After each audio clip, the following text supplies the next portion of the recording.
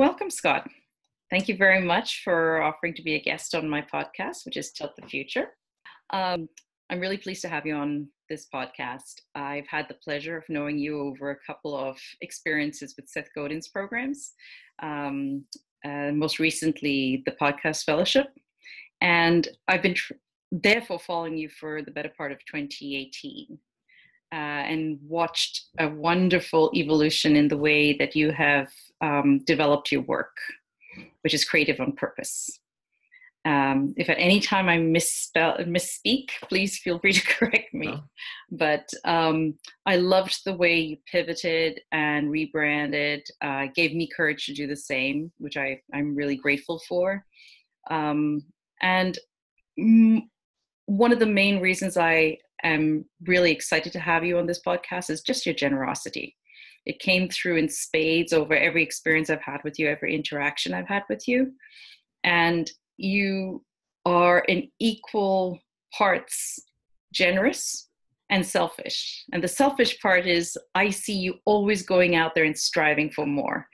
And in a healthy way, I consider that selfish. But you may choose to use a different phrasing for that. But I think that's a very necessary part of being human nowadays.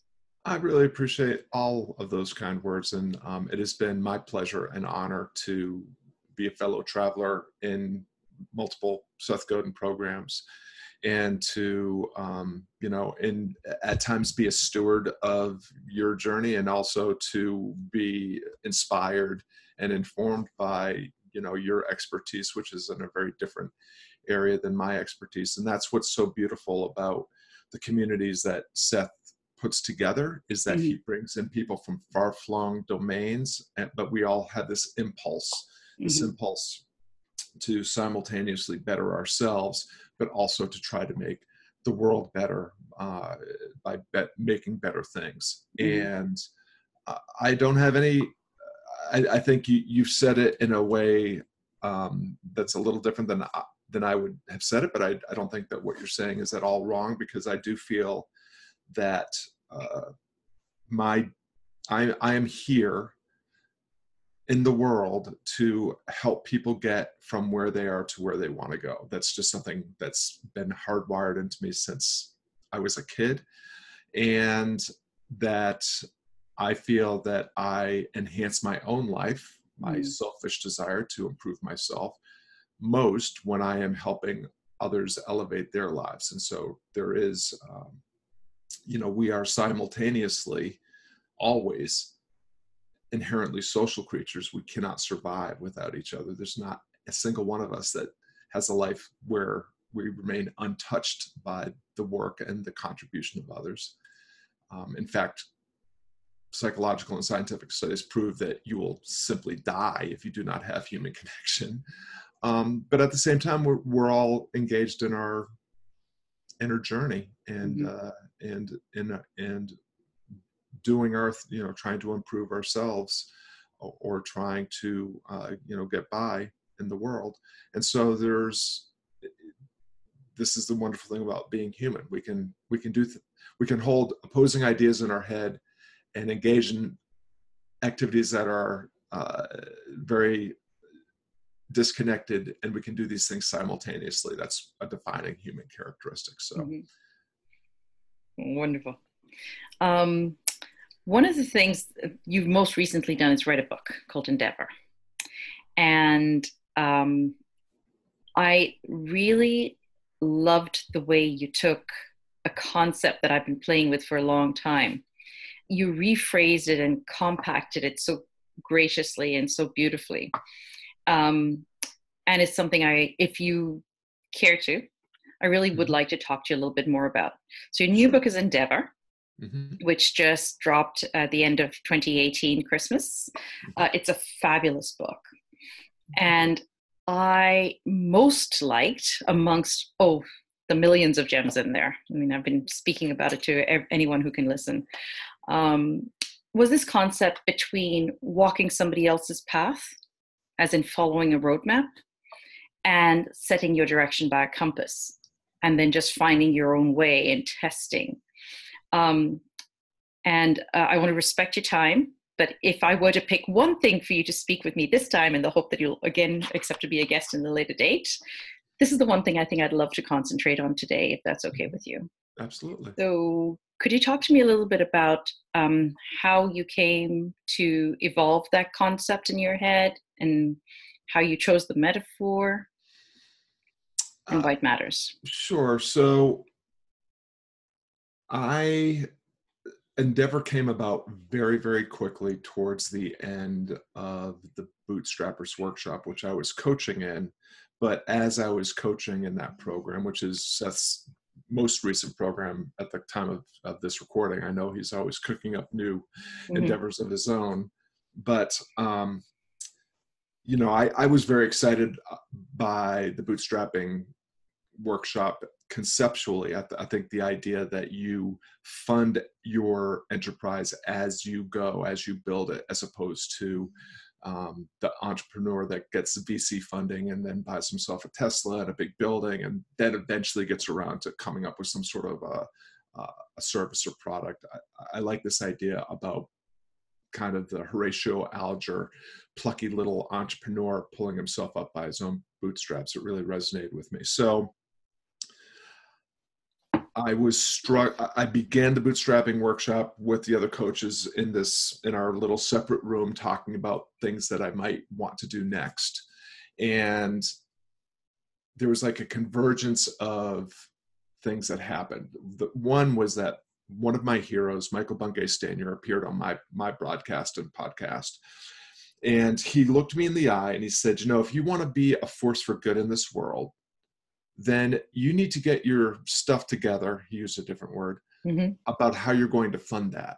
And I realized that I've been, for over a year and a half, I had been working on this thing that I was calling Creative on Purpose. And I was blogging and broadcasting my way to clarity. And I had some idea of who my audience was and what was on offer and the change that I sought to make for that audience. But I hadn't built in any, I had validated the audience and the offer, but I had no sustainability baked in. There was nothing that was paying me for all this time that I was investing. I have over 100 blog posts sitting on my blog, and I decided that, having written one book, I had finally decided that I was letting go of my first book and letting it just be my first book.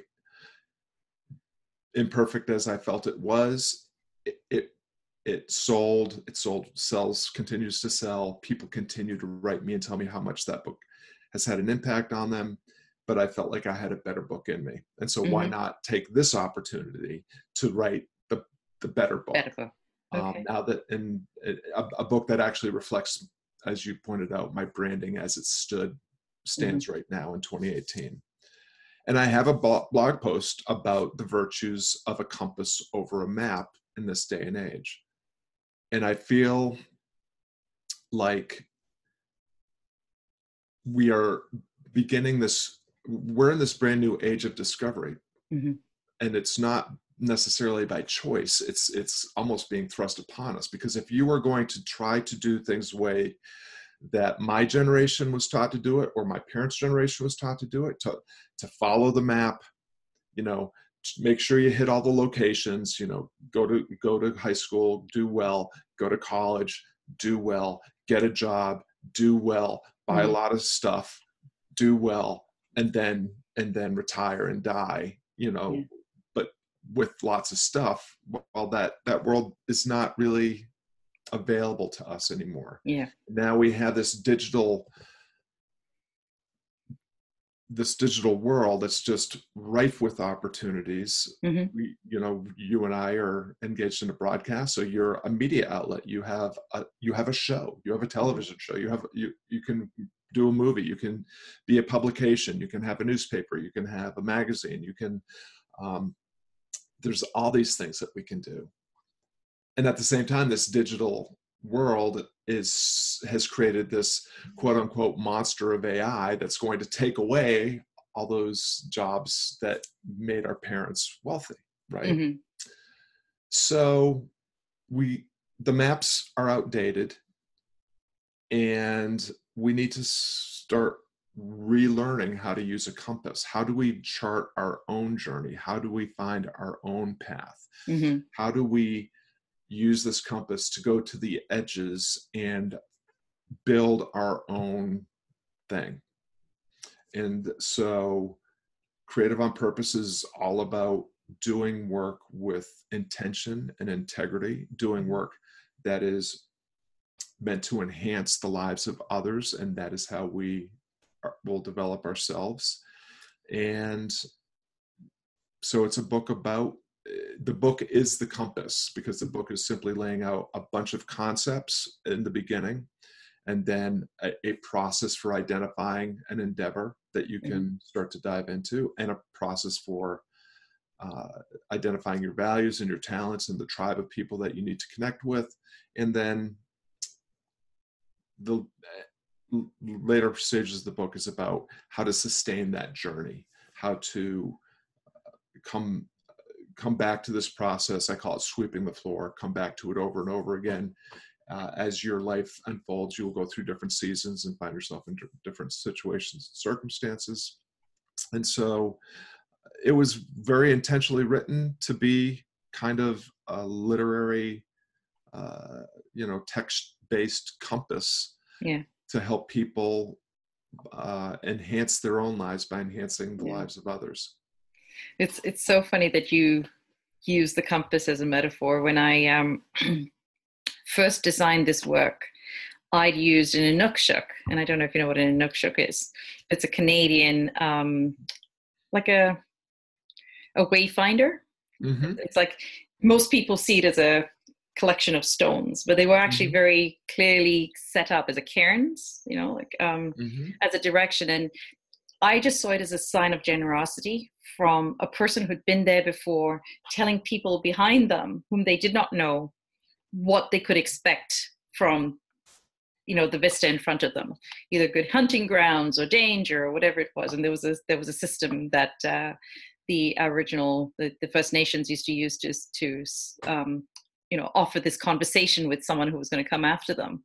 And so it's a very similar thing, because I often wonder about the first explorers and the courage that it took for them to come into a new place, paddle upriver, things like that. And it just, and I agree with you. I think right now we are at that cusp. We are at that inflection point between two different economies, if you like. That's the way I see it: the Industrial Revolution and the new digital revolution. And there will be a new way of being. We just aren't in it as yet. And so everything that you talk about right now is so perfectly appropriate. Well, I love the image of that system of wayfinding, and I think wayfinding is a really valuable word, and it's something that we all have to get better at. And as you were talking about, the age of discovery and the explorers and the people that went out into the wilderness, one of the things that's also part of my book is that it's structured very much like a hero's journey. And the thing about the age of discovery is how many of those, of course there were atrocities committed as well, but the idea that a person would almost completely naked enter the howling wilderness and just for the sake of stepping into possibility and discovery is, it's romantic and it's exhilarating and it's enticing to think about. But in a way, we had this opportunity, unlike in generations past, when it was really just, it was heroic to not just check the boxes and do what was expected. But there far more people were seduced into just following the rutted path of school, job, marriage, house, kids, and so forth. Now we all have this call to adventure that we I love that phrase. We must take that up, or else or else the future is not going to be so bright for us, Yeah. because the world of the past is slipping away into the distance at a very, very accelerated rate. Okay. And Yeah. so you need to get get your head around this idea that, you can forge your own way, you can build your own thing. And I guess I would just like to say that there's nothing in this book that's saying dump your, dump your old industrial job or your corporate job and join the digital revolution or become a Hmm. bootstrapper or not. That's not it at all. These What's beautiful about this day and age is, even though we all complain that we don't have very much time, we have more time, discretionary time at our disposal than ever before. It's Hmm. just that we're really lousy at choosing what to spend it on. Yeah. But you can work a job and have a family, and if you just cut out your social media and Netflix habit, you have plenty of time to build something, to Hmm. start to build something, to blog, to broadcast, to do something, to start to find your own way into Hmm. whatever is next for you. Yeah. I think that's incredibly important part. Cornerstone to what I have been talking to a younger generation about, and the generation that I serve with, those tending to born after 1995, is the importance, and I think of having that other option. In my mother's day, it would have been called pin money or Avon, or it was kind of that little bit extra that helped you out with your budget. That is not so true now. I feel Mm. it's got to be somewhat more substantial than that. But it needs to, you need to have that concept of I can do more than one thing. And I call it multiple revenue streams.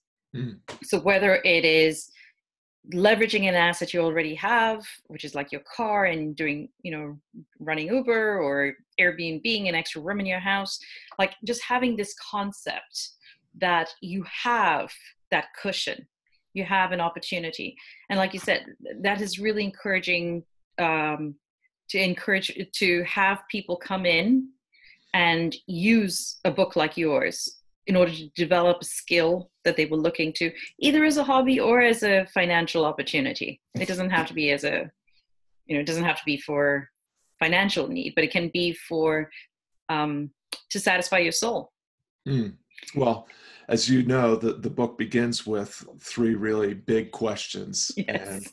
um, I'll just go ahead and give away the punchline. The questions are: what does it mean to be human? What does it mean to be happy? And how can I be more of both? Both. Which is how we've asked these questions in one way, shape, or form since the beginning of human beings, being on the planet, able to articulate the ideas, Mm-hmm. the sonder in their head. And I did definitely try to make the book, on the one hand, simply reveal maybe some ideas that people haven't yet Mm-hmm. collided with, but also to inspire them to take action and then provide them a process for Yes. taking action. It's definitely written um, almost. I don't know. I'm not saying I succeeded in this at all in any way, but one of my heroes is Marcus Aurelius, whose meditations I've been reading since I was a seventh grader back in the early 70s and 1970s. And I wanted my book to have that same kind of aphoristic maxim quality. Like Mm-hmm. you can pull out Yes. one-liners that you can kind of keep top of mind, Yeah. so that you have these touchstones to come back to whenever the way gets a little dark, or whenever you feel like you're lost in what I've recently been talking about in the blog, the fog of craft. Because the other thing that the digital world does is it provides such a wealth of tactics Mm-hmm. that we can get lost in the weeds of technique and tactics and not keep an eye on the bigger goal. Mm-hmm. And so the reason why I start the book with life's big questions is because I really do believe that that's what life really is all about, and Yeah. that everything else is just means to that end. Mm-hmm. How can I experience a greater sense of flourishing and fulfillment in my life, even as I am facing all of the challenges that any worthwhile endeavor necessarily will throw at me. Because I do believe that it's possible to both challenge ourselves and experience joy as we are trying and failing and getting our butts kicked by life and, whatever situations and circumstances or adversaries we find ourselves rubbing up against. That if we have this mindset that we are on this longer journey of just trying to fulfill our promise and to develop and tap into our potential, then we don't have to get lost in the moments of hardship or struggle, because those, just like the moments of bliss and joy, it's all temporary. And it's all just moments in a journey towards something that's a little bit, bigger and a little always just a little bit further away. You put it so well. Both of us are parents, and it's almost like you described that journey, right? It's something that you go on, and even in those moments when you're dealing with a sick child, there's still a wonderful nature to it, and a joy, but that echoes right through. I think just understanding that rhythm, understanding that cycle, and the value that you can get out of any task or any endeavor, I think is so crucial. The other point that I just, before I let you ask me another question, I want to kind of step back and just correct an oversight on my part. One of the reasons why I leapt at the opportunity so quickly and so early on in your journey as a podcaster is because I have such deep respect for you and the work that you're doing and the audience that you're seeking to serve. I obviously, in my work as a guitar teacher, but just as, as a father and just as a human being that cares about other human beings, also have a deep interest in trying to serve a generation that is younger than I, without coming across as a preachy, teachy, know-it-all. I mean, and I've lived in the little town that we live in now for almost 20 years. Some of my earliest guitar students are now parents themselves. And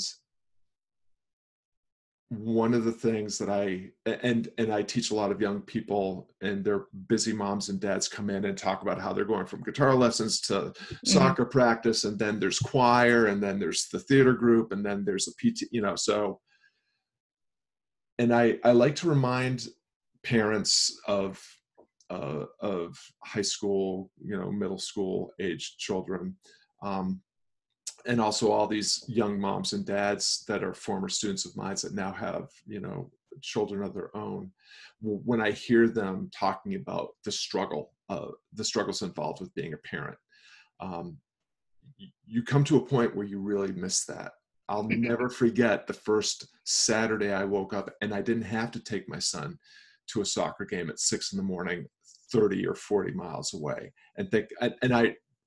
While that was going on, I was always envisioning the day I wouldn't have to do this anymore. I know. And as soon as that day came, I was like, I'm not going to see my son play soccer, ever again, unless, he decides to do it in college, or, decides to do it as a, as a pickup thing.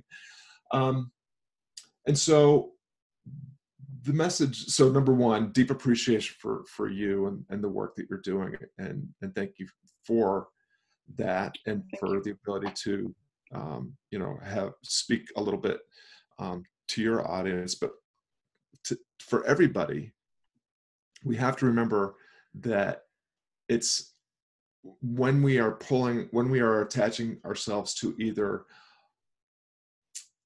old ideas of who we are based on past experience, or we are measuring ourselves against the ideal of ourselves that we see in the future, we are doing ourselves a big disservice, and we are pulling ourselves out of our present moment and our current experience, which is the only place that we have any agency to decide how we're going to frame things, and decide what action we're going to take next, and have the opportunity to change, decide, step into a new possibility, or continue stepping into a possibility that seems to be working out. So it's that idea that we should always be kind of pulling ourselves back to this moment and paying attention to what's happening now.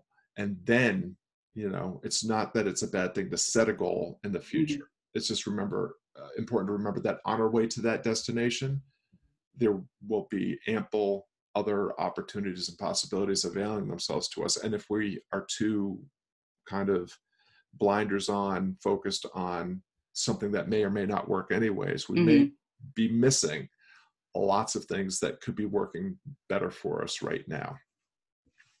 Wow. And I think that goes with your compass, because it says you're walking along, you're still aiming for whatever it is you're aiming for, but you're actually taking the time to stop, smell the flower by the side, or enjoy a gorgeous lake, picnic for a while. That's fantastic. And it's funny because that almost schools me a little bit, because my whole brand is about the future.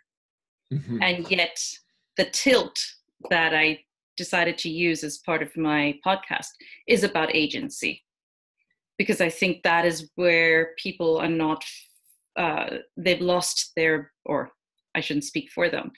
I have a sense that individuals don't have that sense of agency anymore. They don't realize that they have agency in today's world.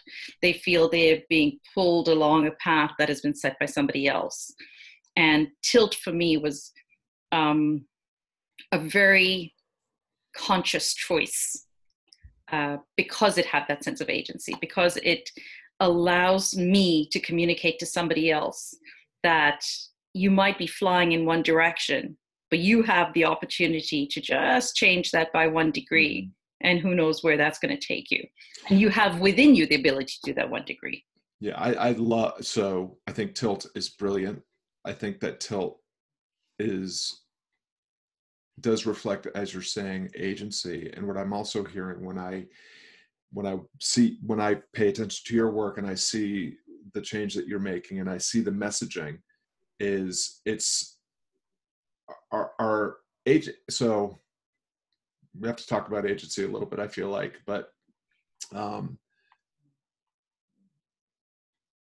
tilting, there's so many great plays on that word, right? The ancient medieval craft of jousting, tilting, Yes. as it was called. The idea of the tilting of our head when something strikes us as interesting or unexpected.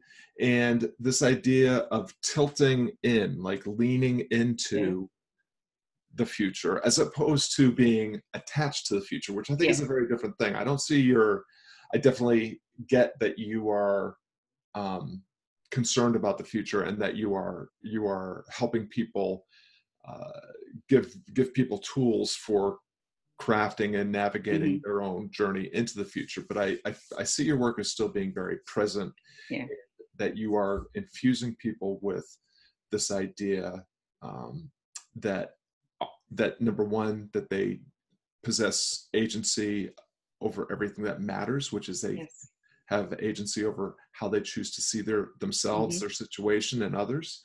And they have the agency to decide, to choose what to do next.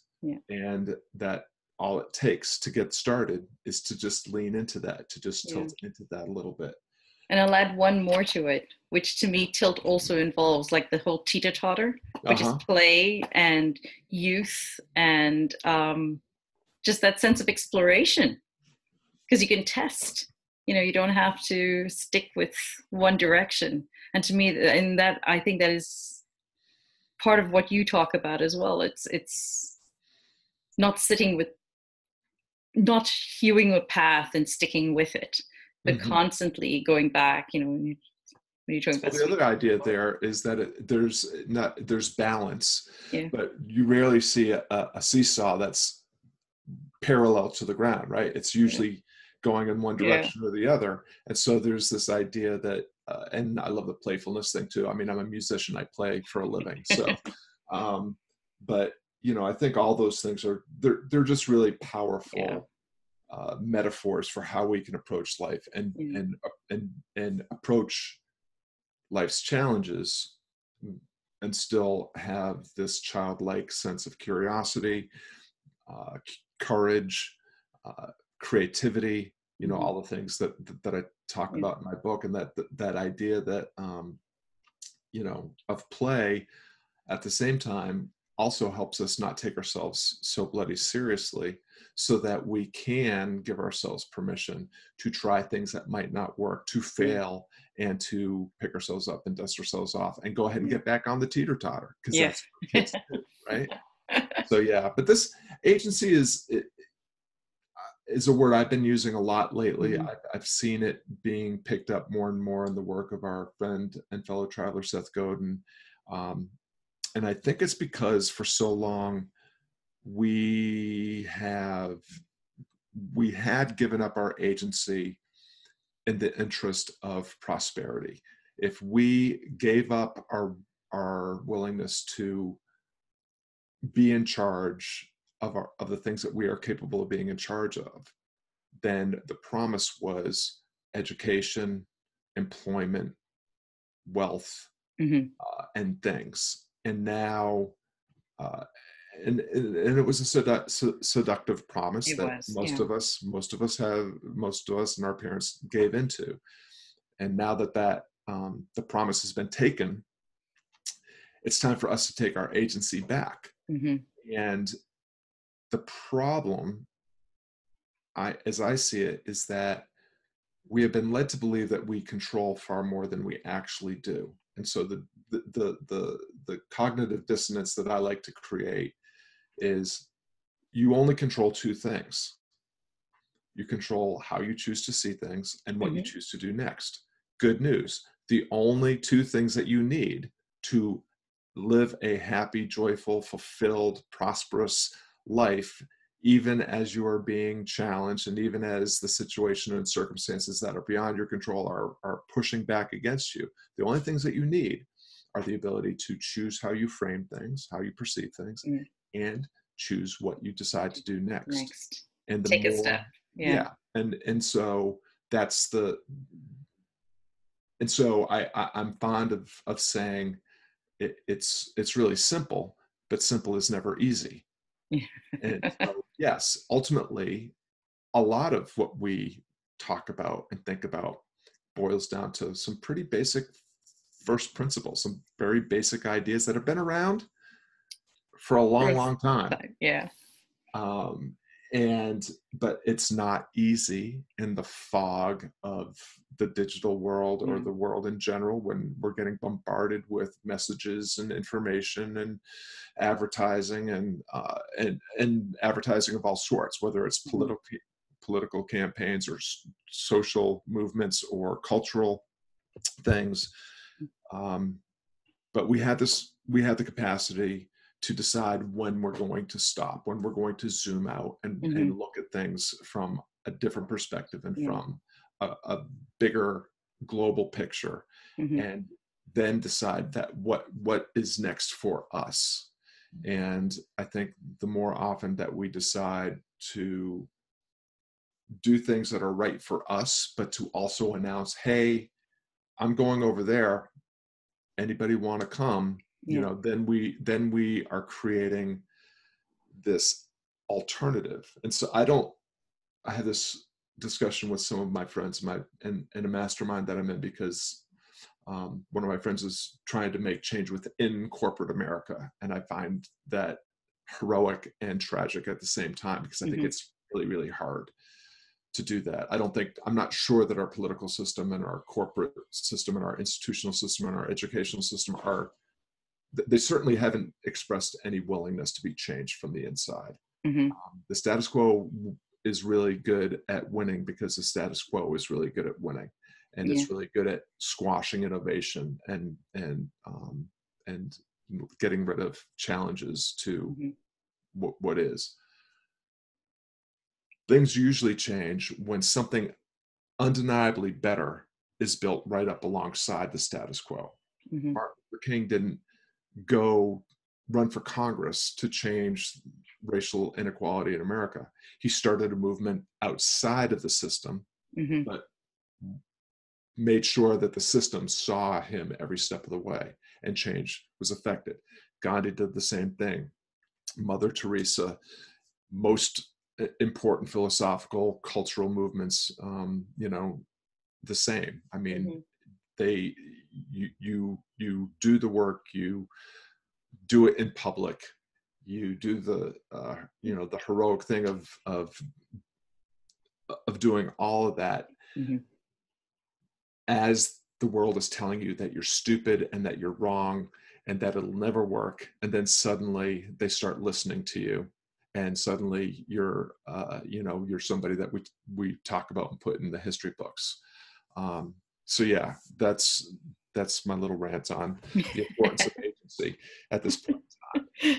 Well, the one phrase that I know you and I've battled on a lot over the past year is public, because that's the part that still feels uncomfortable. But I'm working at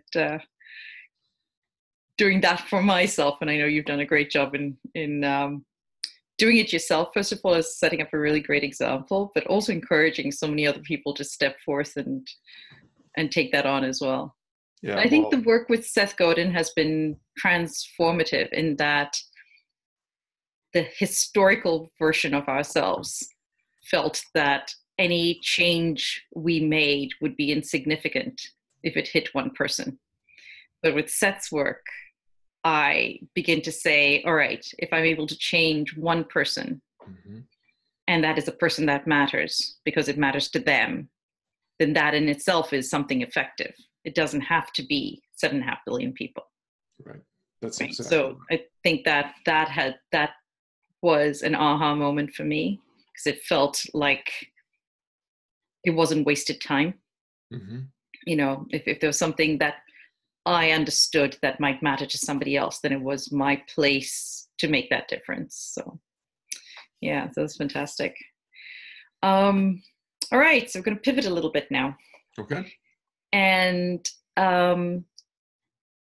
one of the other reasons to pick Tilt, like I mentioned before, was the sense of agency, but also understanding that either events within your control or events outside of your control affected your future. Mm-hmm.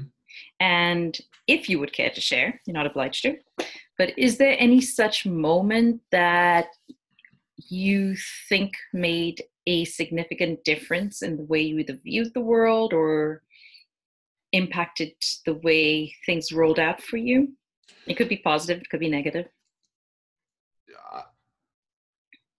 Well, I guess the transformative moment for me most recently was graduating from Alt MBA 6 back in August of 2016, because that was a truly transformative experience. I went in with a very specific idea that I wanted to build, and I came out of there not only deciding I didn't want to build that idea, but I was ready to pitch my entire career as a performing musician, and willing to let go of one of the greatest joys of my life, which has been having my own guitar studio for Uh-huh. the last 20 years. And that I was willing to step into the possibility that I could do something else, and that I feel like my performing career was kind of for me. My teaching career was for others. And then the work that I'm doing now is also for others, but now I'm looking to do that, at scale, not so much in the number of people that I touch, but in the depth of the impact that I can have Mm-hmm. on the right people, the people Yeah. that will then go forth and touch the lives of other people. When I talk, so that was my moment, but I feel like it's important to just go one layer deeper on what we're talking about with agency, because there's this idea, and it comes from my lifelong reading of Marcus Aurelius, that some things are within our control and some things are not. The things that are within our control are our perception, and our ability to choose what to do next. And the simple answer is that everything else is outside of our control. We cannot control other people and their behavior. We cannot control the situations and circumstances that surround us. We cannot control, economic forces or social forces or cultural forces or political forces. But between those two poles is this vast gray area of places where we can have an influence. And it's in being strategic about deciding where we're going, where are we going to enter the arena and start to push into the possibility that we might be able to influence things, right? And so I'm really, really big on, well, you see it over my left shoulder here, less is more. Less is more. Find the smallest possible step that you can take next, as just as a try, just as a test. Step it, define, look at all the possibilities, take your best guess at which one of those is going to be the one that you could jump into that would have the biggest impact or move you the furthest and the fastest towards your ultimate goal. And then take that step and pay attention to what happens, reflect on it, and then decide what the next step is. And that may be that you're tilting in another direction. It may be that you take a step back. It may be that you quit altogether and jump into something else. I mean, I don't know. Everybody's situation is different. Everybody's tolerance is different. But it's this idea that you need to have this posture of constantly trying. I know there's a time and a place to learn. I know there's a time and a place to sit and reflect. I know there's a time and a place for just simply resting and recharging your batteries. But the thing that makes change happen is action. And whether you decide to call it shipping, as we do in Seth's world, or just doing, it's this idea that you should always be searching for smallest step, take that smallest step, pay attention, and then decide what happens next. And so it's that recognizing that, yes, we can't control much outside of what goes on in our head and what we decide to do next, but we do have the power to influence. And as you were just saying, when we decide that we're going to make that change with a small group of people, 10 people, 5 people, 2 people, 1 person, it gets really, really intense, and it gets really, really powerful. Because when you're looking one person in the eye and making a promise to them about what you're going to do, or what you're going to try to help them do, then it gets, then you're not just putting them on the hook, you're now on the hook. That's true. And when we put ourselves on the hook, we are far more likely to see the deal through, as opposed to dreaming about it in the academy or in the online course or in the book or wherever it is that we're hiding, so that we don't actually have to do anything. We can just gain knowledge and talk the big game, and point the finger at others, and to show them all the things that they're doing wrong. Well, I have no great respect for that. I respect the person that's in the arena getting their butt kicked over the person in the stands jeering and laughing at them any so true. week. Yeah. No, that's beautifully said. Sorry, I lost my train of thought there, because okay. you actually had me. I knew there was something I wanted to add to that conversation, but it was everything you've said. I guess my question was going to be geared around, if you were in university right now or in high school, what would be the piece of advice you'd have given yourself from this later, more seasoned you? So I'll just go ahead and say I loved being in school. Yeah. I mean, I love learning. I love being around other people. I love talking about big ideas. And I love being surrounded by people that are smarter than me.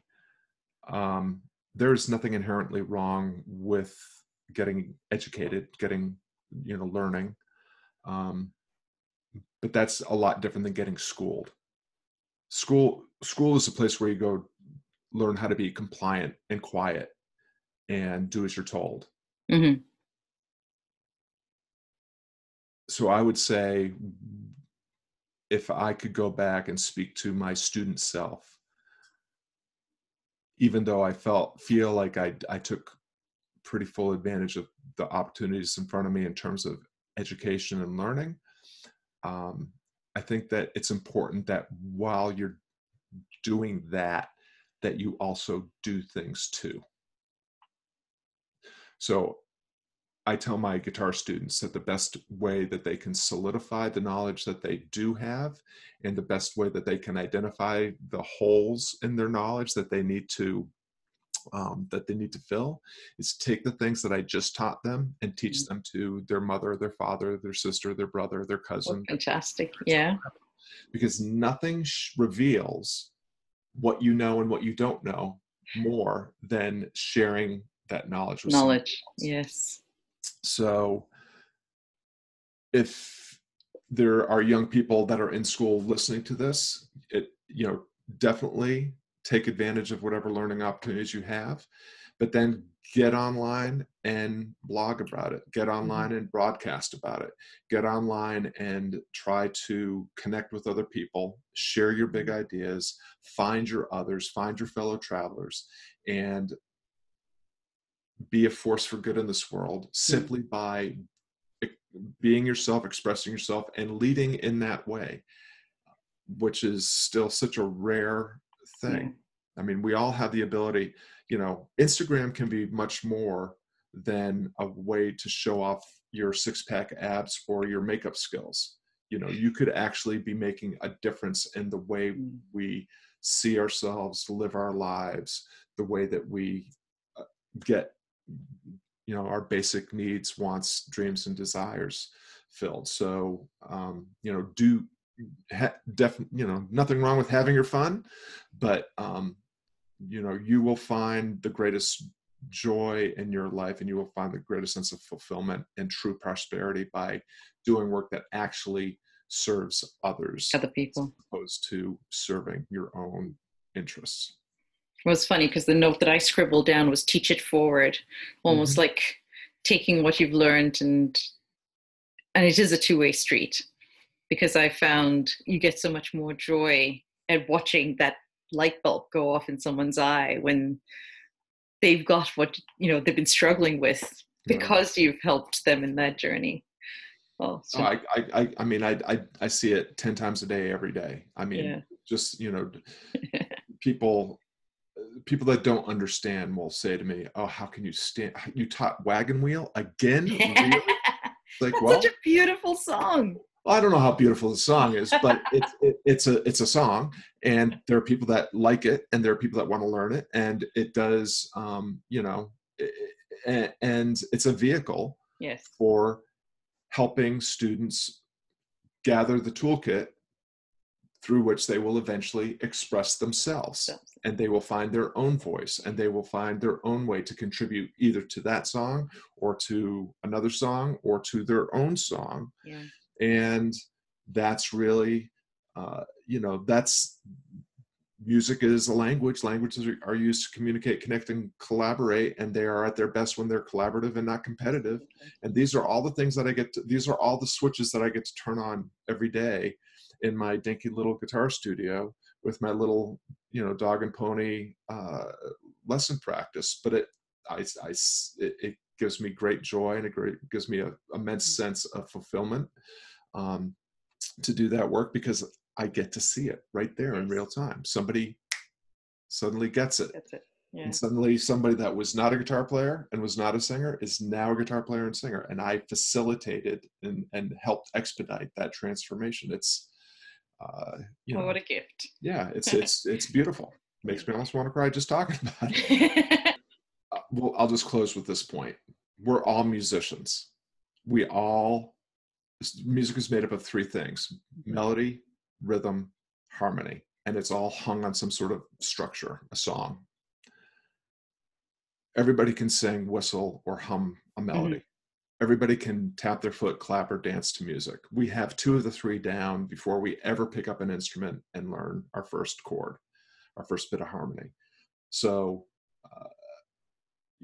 I just gave everybody that didn't believe they had the superpower. You are a musician, and if you decide to cultivate that, fantastic. But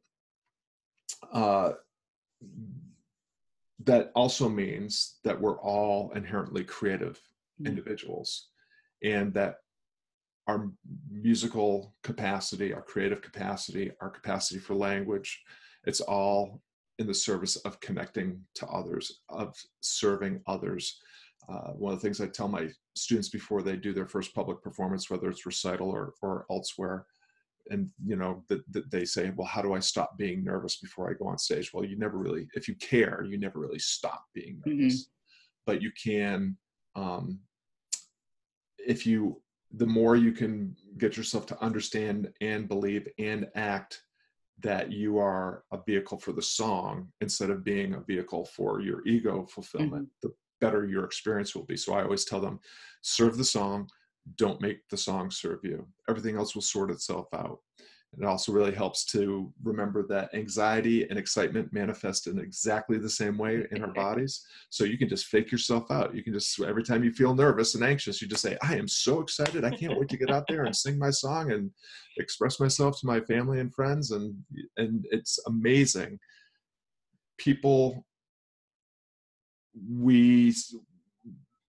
Recently I've seen a lot of people talking disparagingly about the fake it till you make it idea. I'm a big proponent of the fake it till you make it idea because it's the secret to my success. Seth Godin would call it acting as if. I have this thing. So I live in a very small town where almost everybody knows everybody else. And so people will say, well, how are you doing? And when people ask me, how am I doing? They always say, oh, wait, you're Scott Perry. You're perfect in every way, because the way I answer that question is perfect in every way. And I don't mean that I don't have room for improvement, because as you and everybody else that knows me knows, I have plenty to work on.